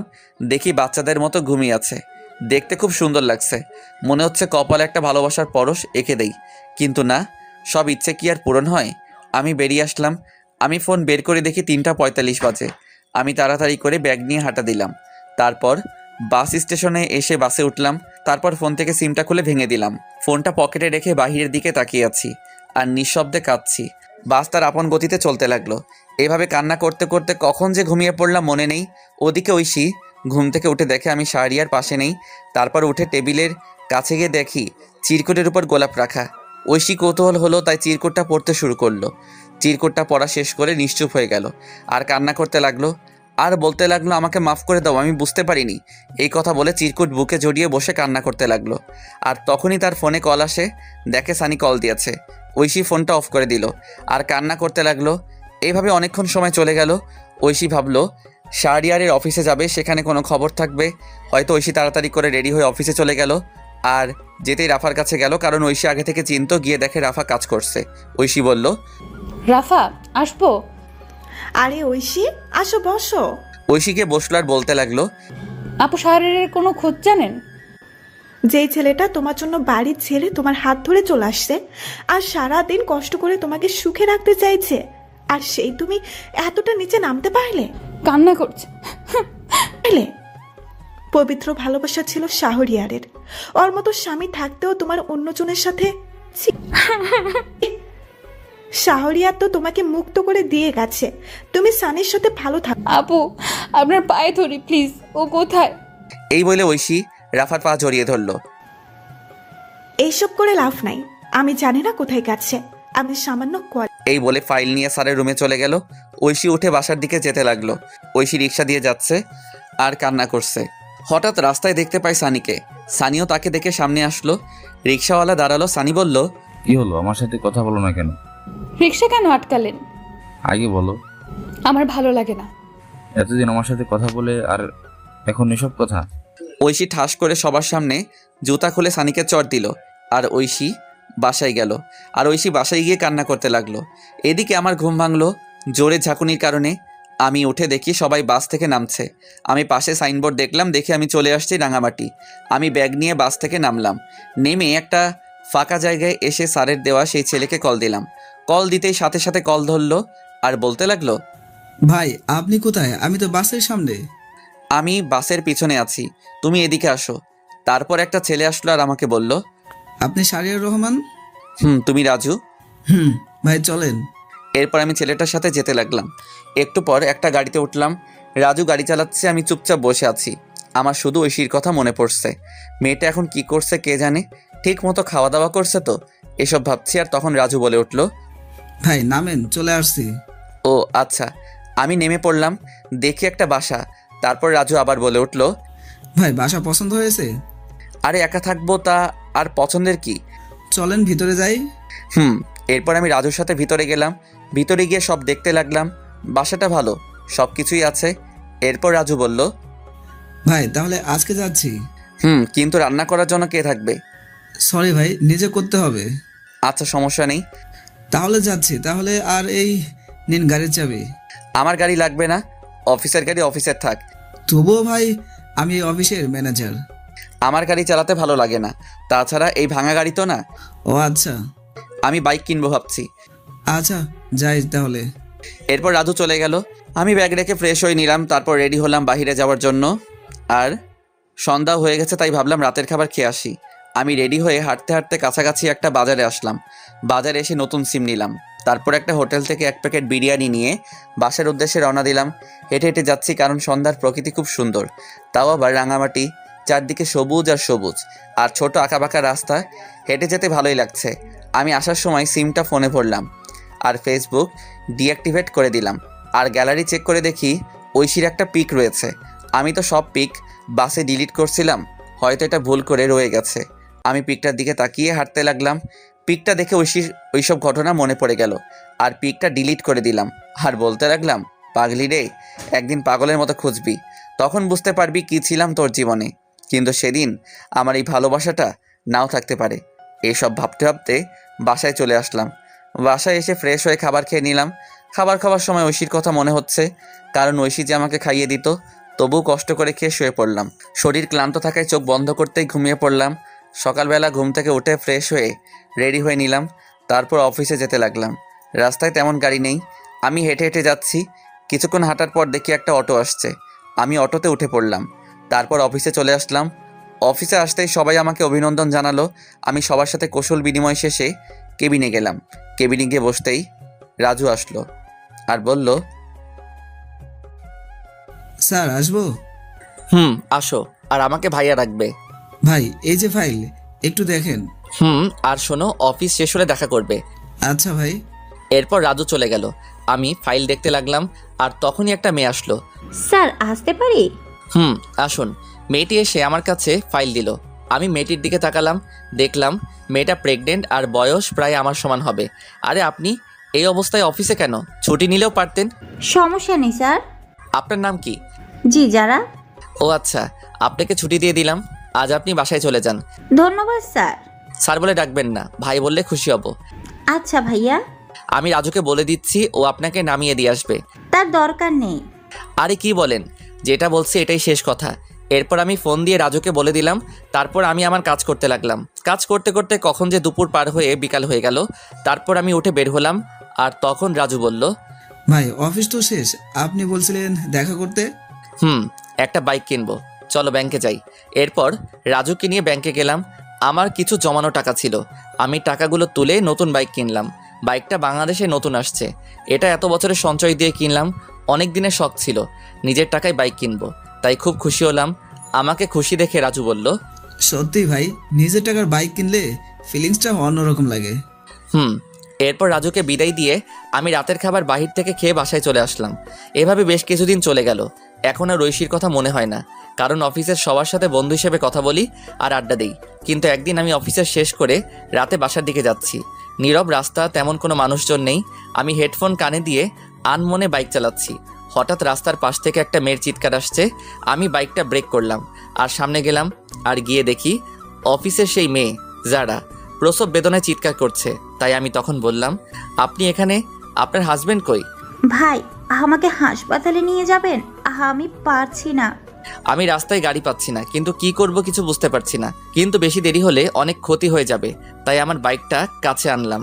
তারপর যারাকে আমার বাইকের সামনে উঠালাম আর ঝাপটে ধরে বাইক চালাতে লাগলাম। আর হাসপাতালে এসে আমি কোলে তুলে নিয়ে ভিতরে গেলাম। ভিতরে গিয়ে চিৎকার দিয়ে ডাক্তারকে ডাকতে লাগলাম। একটু পর ডাক্তার বেরিয়ে আসলো আর আমার কোলে যারার এই অবস্থা দেখে নার্সকে অপারেশন থিয়েটারে নিয়ে যেতে বলল। তারপর নার্স ট্রলি করে ওটিতে নিয়ে গেল। আমি বাইরে বসে অপেক্ষা করছি আর তখন নার্স এসে বলল, আপনি হাসপাতালের ফর্মালিটিগুলো কমপ্লিট করে আসুন। এরপর আমি হাসপাতালের সমস্ত কিছু কমপ্লিট করলাম। তারপর এসে অপেক্ষা করতে লাগলাম। আর বেশ কিছুক্ষণ অপেক্ষা করার পর ওটি থেকে ডাক্তার বেরিয়ে আসলো আর আমি কাছে গেলাম। আপনি একটু আমার সাথে আসুন। এরপর ডাক্তার আমাকে ওটির ভিতরে নিয়ে গেল। আর তখন যারা মেয়েটি আমাকে দেখে অক্সিজেন মাস্ক খুলে আমাকে বলতে লাগলো, ভাই আমার সময় শেষ হয়ে গেছে, আমি মনে হয় বাঁচবো না। আপনি আমার মেয়েটাকে দেখবেন। আপনার হাজবেন্ড? সে অন্য একজনকে নিয়ে বিদেশে চলে গেছে, আমায় কথা দিন। এই বলে আমার কোলে ছোট মেয়েটিকে দিল আর আমি কোলে নিলাম। কথা দিলাম আমি মেয়েটিকে আমার পরিচয় মানুষ করব। এই কথা বলতেই মেয়েটি মারা গেল। আমি কান্না করে দিলাম। মেয়েটা আমাকে প্রথমবার দেখে এতটা বিশ্বাস করেছিল। তারপর ডাক্তার এসে আমাকে সান্ত্বনা দিতে লাগলো আর বলতে লাগলো, সত্যি ভাই, আপনি মহান না হলে একজনের বাচ্চা আপনি পরিচয় দিয়ে মানুষ করবেন। আজকে থেকে এই মেয়েটি আমার সন্তান। ডাক্তার আমাকে কান্না করতে করতে জড়িয়ে ধরলো আর বলতে লাগলো, ভাই আপনি মানুষ না, আপনি ফেরেশতা। আমিও ডাক্তারকে জড়িয়ে ধরলাম। তারপর সমস্ত কাজ শেষ করে আমি বাচ্চা মেয়েকে নিয়ে রাত 3টার দিকে বাসায় আসলাম। হাসপাতাল থেকে সব কিছু নিয়ে আসছি, বাবুর ফিডার, দুধ সব কিছু। আমি বাসায় এসে বাচ্চাকে শুইয়ে দিয়ে ফ্রেশ হতে চলে গেলাম, আর ওয়াশরুম থেকে শুনতে পেলাম কান্না করছে। আমি তাড়াতাড়ি করে ফ্রেশ হয়ে চলে আসলাম আর বাবুর খাবার রেডি করে খাওয়াতে লাগলাম। আমি যদিও আগে কখনো বাচ্চাকে খাওয়াইনি, কিন্তু ওই যে মানুষ বলে না, পরিস্থিতি সব শিখিয়ে দিয়ে যায়। আমি বাচ্চার পাশে শুয়ে খাওয়াতে লাগলাম, ফিডার দিয়ে। মনে মনে ভাবতে লাগলাম কী নাম রাখা যায়, আর তখনই মাথায় আসলো একটা নাম। রেখে দিলাম তানিশা। 3 বছর পর সকালবেলা ঘুম ভাঙলো তানিশার ডাকে। বাবাই, ও বাবাই, ওঠো না। আম্মু, কি হয়েছে? খুব খিদে পেয়েছে।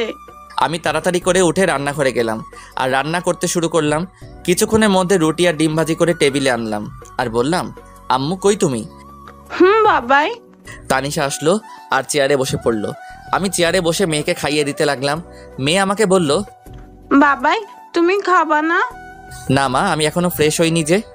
তাহলে ফ্রেশ হয়ে এসো, তারপর দুজনে একসাথে খাবো। না আম্মু, তুমি খাও। যাও বলছি বাবাই। আমি মেয়ের রাগ দেখে ফ্রেশ হয়ে আসলাম।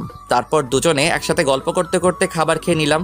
তখন তানিশা বলল, বাবাই আমি ডাক্তার আঙ্কেলের কাছে যাব। আচ্ছা চলো তাহলে। এরপর আমি রেডি হয়ে নিলাম, মেয়েকে রেডি করিয়ে বাইক নিয়ে বের হলাম। তারপর হাসপাতালের দিকে যেতে লাগলাম। রাস্তায় বাবা মেয়ে কথা বলতে বলতে আসলাম। আমি এসে বাইক রেখে ভিতরে গেলাম। আমার আগে তানিশা দৌড়ে চলে গেল। তানিশা যেতেই রাকিব বলল, আরে তানিশা আম্মু যে। এই বলে রাকিব তানিশাকে চেয়ার থেকে উঠে এসে কোলে তুলে নিল। আর তখন পাশে বসে থাকা নতুন মেয়ে ডাক্তার বলল, স্যার, এটা কি আপনার মেয়ে? না, শাহরিয়ার সাহেবের। কথাটা শুনে পাশে থাকা মেয়েটা অবাক হয়ে গেল আর নিশ্চুপ হয়ে গেল। এদিকে আমি রাকিবের কেবিনে গেলাম। কেবিনে গিয়ে দেখি রাকিবের কোলে তানিশা বসে আছে। রাকিব আমি লাঞ্চে এসে নিয়ে যাব। আমার কণ্ঠ শুনে পাশে থাকা মেয়েটি আমার দিকে তাকালো।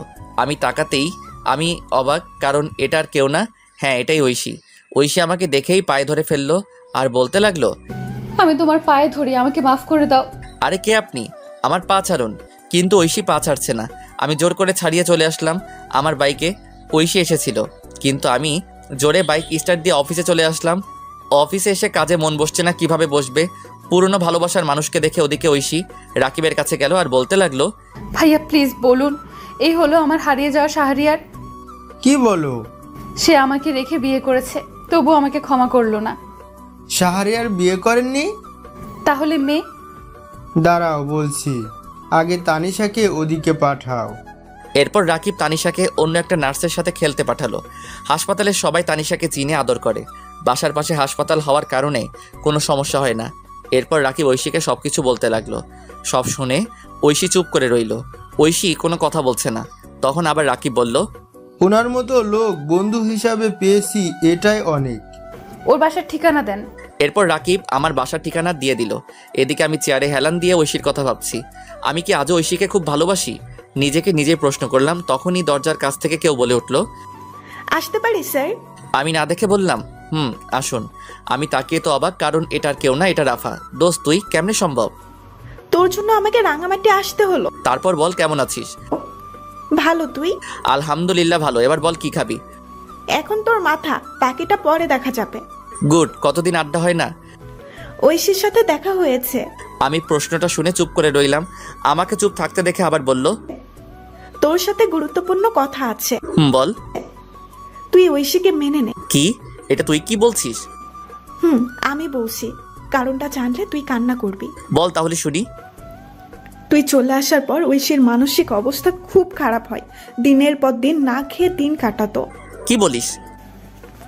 তারপর আমি একদিন বাসায় গিয়ে দেখি ফ্লোরে পড়ে আছে। তারপর আমি নিয়ে হাসপাতালে যাই। হাসপাতালে ডাক্তার বলে মানসিক অবস্থা খুব খারাপ, সুস্থ হতে 6 মাস লাগবে। 6 মাস ধরে চিকিৎসা চলছিল, কিন্তু সবসময় শুধু তোর। আমি তাকে আমার সাথে রাখি।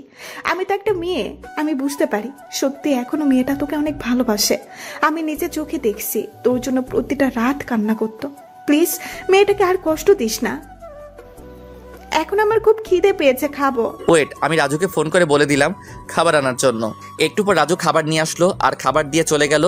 আমি আর রাফা মিলে খাবার খেয়ে নিলাম। তারপর বললাম, চল বাসায় যাই। পাগল নাকি? একটু পর আমার ফ্লাইট। মানে কি বলিস? তোর ভাতিজা হয়েছে, তাই তার জন্য যেতে হবে আজকেই। তাই নাকি? দোস্ত আমি যাই রে, আর ভাবিকে নিয়ে আসিস। তোর মেয়েকে দেখতে পাইলাম না। তুই সব জানিস? তোর মতো বন্ধু সবার কপালে থাকে না। তুই সত্যিই ভালো মানুষ। দোস্ত, আমি চাচ্ছি আমার শহরে যাব। মা বাবা কেমন আছে? গুড। এরপর রাফার সাথে আরও অনেক বিষয় নিয়ে কথা বললাম। তারপর রাফাকে এগিয়ে দিয়ে আসলাম। এভাবে দুপুর হয়ে গেল। আমি দুপুরে বের হলাম আর সোজা চলে আসলাম হাসপাতালে, কারণ মেয়েকে নিয়ে যেতে হবে। তাই আমি এসে রাকিবের কেবিনে গেলাম। কেবিনে গিয়ে দেখি ফোনে কথা বলছে। আমাকে দেখে ফোনটা রেখে দিয়েছে। আমি বললাম, তানিশাকে ডাক দে, বাসায় যাব। বাসায় চলে গেছে। কি বলিস? কার সাথে? বাসায় গিয়ে দেখতে পারবে। আচ্ছা, যাচ্ছি তাহলে। এই বলে যেতে লাগলাম। দরজার কাছে আসতেই রাকিব পিছন থেকে বলে উঠল, এবার আরেকটা তানিশা চাই। এই বলে হেসে দিল। আমি বুঝতে পারছি রাকিব কি বলছে।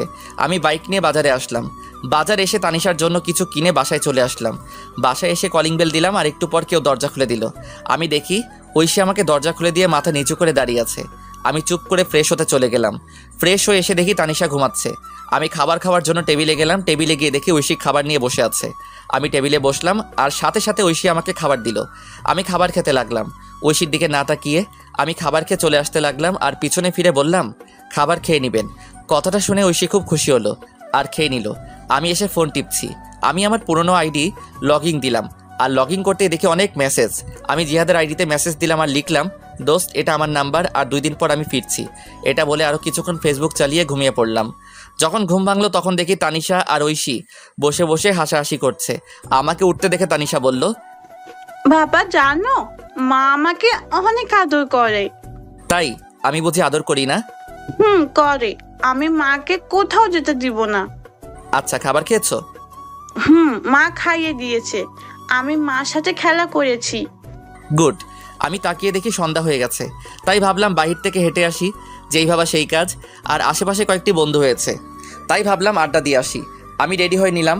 তারপর বের হলাম। বাইক নিলাম না, হেঁটে হেঁটে আড্ডা দিতে গেলাম।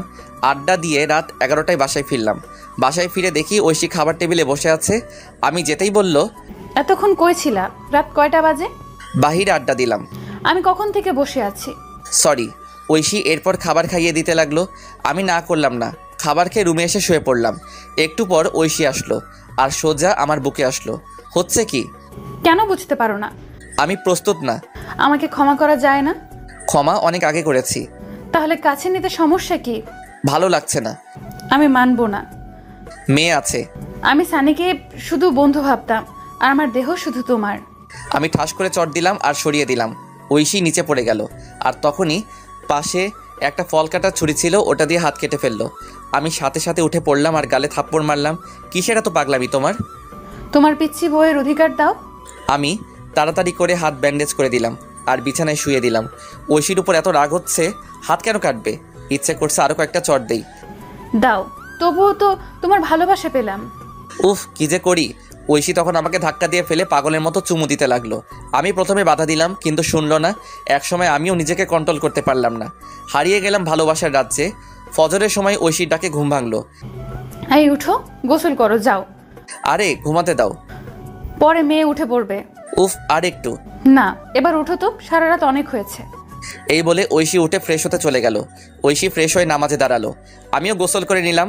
তারপর নামাজ আদায় করে আবার ঘুমিয়ে পড়লাম। ঘুম ভাঙলো তানিশার ডাকে। বাবাই, ও বাবাই, ওঠো, 11টা বাজে। আমি উঠে পড়লাম। তারপর ফ্রেশ হলাম। ফ্রেশ হয়ে রান্নাঘরে গিয়ে দেখি ঐশী কাজ করছে। দেখি ঐশী অনেক খুশি। আমি কাছে গিয়ে জিজ্ঞেস করলাম, আজ এত খুশি? অধিকার পেয়ে গেছি রাতে। মুচকি হাসি দিলাম। আজকে আমার বাসায় যাব। সত্যি? রেডি হও। আমি তানিশার কাছে আসলাম। এসে বললাম, আম্মু আজকে তোমার দাদার বাসায় যাব। ও তাই? আচ্ছা, আমি রেডি হচ্ছি। তোমার আম্মুর কাছে যাও। ওকে বাবাই। এরপর তানিশা ঐশীর কাছে চলে গেল। আমিও ব্যাগ গুছিয়ে নিলাম। তারপর অনলাইনে টিকিট কাটলাম। বিকেলবেলা সবাইকে নিয়ে বের হলাম। যথাক্রমে সব কিছু শেষে চলে আসলাম নিজের শহরে, যেই শহর একদিন রাতের অন্ধকারে ঐশীর হাত ধরে ছেড়েছিলাম। তারপর গাড়ি দিয়ে আমাদের বাসার উদ্দেশ্যে রওনা দিলাম। এই কয়েক বছরে চারদিকে অনেক পরিবর্তন হয়ে গেছে। বাসায় যেতে যেতে রাত 8টা বেজে গেল। আমি গিয়ে কলিং বেল দিলাম। বেশ কিছুক্ষণ পর মা এসে দরজা খুলে দিল। তারপরে মা আমাকে দেখে জড়িয়ে ধরলো। আমিও মাকে জড়িয়ে ধরলাম। তুই আমাদের একবার বলতি, তোর জন্য আমরা কি না করতাম। মাফ করে দাও মা। পাশে কে? তোমার বৌমা আর নাতি।